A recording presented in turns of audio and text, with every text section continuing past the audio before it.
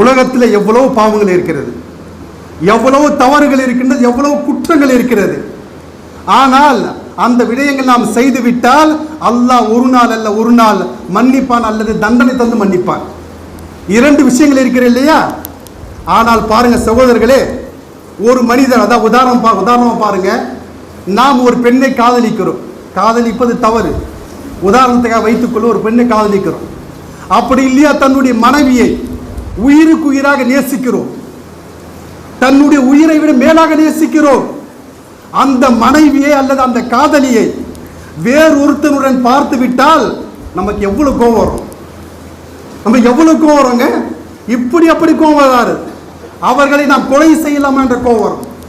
சாதாரண மனிதராக இருக்கக்கூடிய நமக்கே இவ்வளவு கோபம் வருகிறது என்று சொன்னால், அல்லாஹ்வுக்கு யாராவது இணை வைத்து அல்லாஹ்வுடன் இவரும் கடவுள் என்று சொன்னால் அல்லாஹ்வுக்கு எவ்வளவு கோபம் வரும் என்று